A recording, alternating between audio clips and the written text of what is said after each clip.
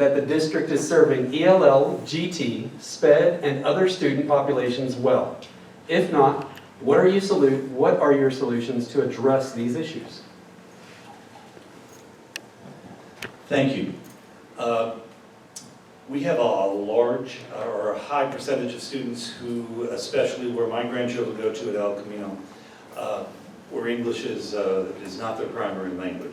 They're English language learners. And I've seen the program they have there when I volunteered there, and I am very, very impressed with it. GT, I had a GT granddaughter, and I was proud that they weren't just doing a pull-out program. And I don't know what they're doing, I have to admit, at the elementary schools for GT. But I know at the secondary levels they've got a very good program. I taught GT students and AP students, and some of them overlap and some of them do not. Some GT students, they have a different method of learning.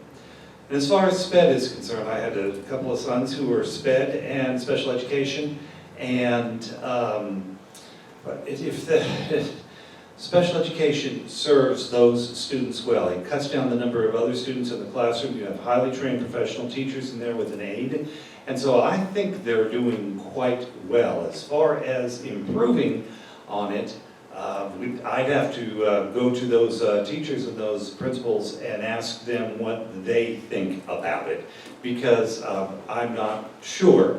But we've got to, by state law, have SPED students. We have a lot of Title I schools, elementary schools, and I understand they're getting the funding as opposed to the junior high and the high schools getting the funding. I hope I'm right about that. And that's where you need it. You know, years ago we had, people fought for free and reduced breakfast and lunch. And it was just a horrible battle. People saying, we don't do that. Well, you've got to feed kids so they can't learn, period. That's meeting their physical needs. And you had a question about mental health. We've got to meet their emotional needs as well. So continue the good work, and having those teachers and those administrators that are in charge of those programs, as well as folks in the central office with input from parents and teachers, is the way to check out how they're doing and how they grow from there. Thank you.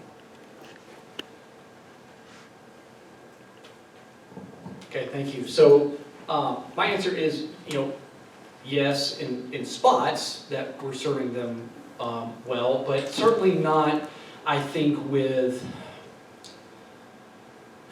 I guess, the depth that we really need to. I think that we do certainly need to understand, not just, it says other student populations, but what does every, subpopulation of students really need to be successful? I have seen lots of improvements. Dr. Wright has implemented programs and plans, and they're followed through, and we test against those plans to see where students are. But we do get questions at the board occasionally about, well, I would even say regularly, with what's happening with my student in this group.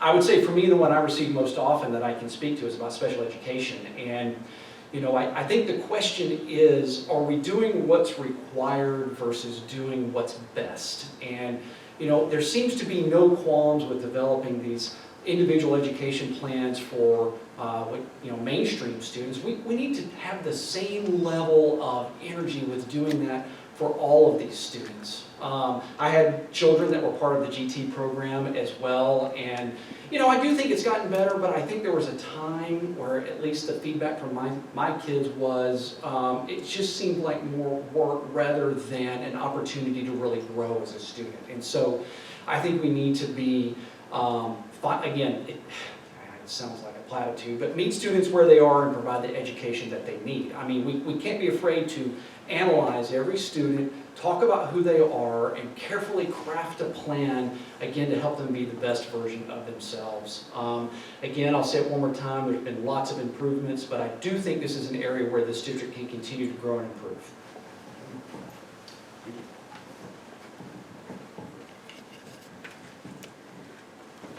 Thank you for this question. I have 2 students that are my children that are actually in the special education service. I will tell you that I have navigated this program for 9 years and I have been frustrated. I absolutely 100% think we could do much better in special education in 504 than we do. I can't really speak to the other 2. That is something that I absolutely will have to get more information on, but I will tell you that, you know, we put a lot of, our campuses get a lot of say in where our special ed and our 504 kids are in the classroom. And I think that special education departments should have more involvement in that, and that's one of the things that I am very, very passionate about.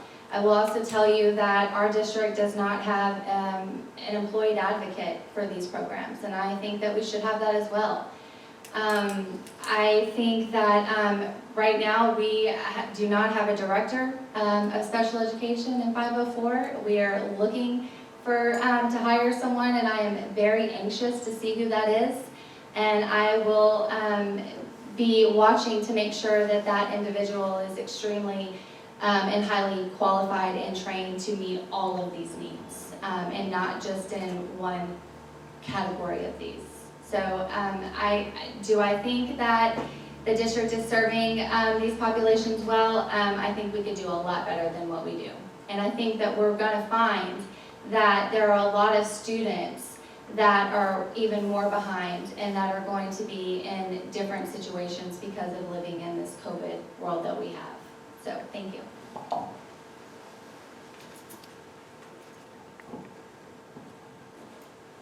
Hello.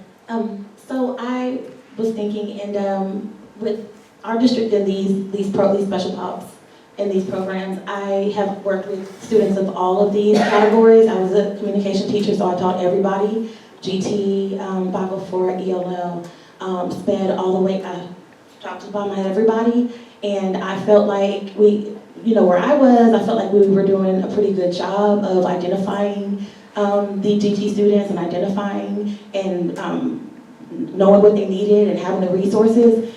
Yes, we can always do better in every realm of everything in education. You can always make sure that our teachers are provided with ongoing training and professional development, make sure that parents are informed. I also have a student my son is a 504 student at his middle school, and I get called and emailed all the time about what they're doing with him and when meetings are and what they're doing to help him. So I think that we could continue to grow and do better as long as people know what is out there and the resources are there and the teachers are getting training, and just keep making it better and better and better.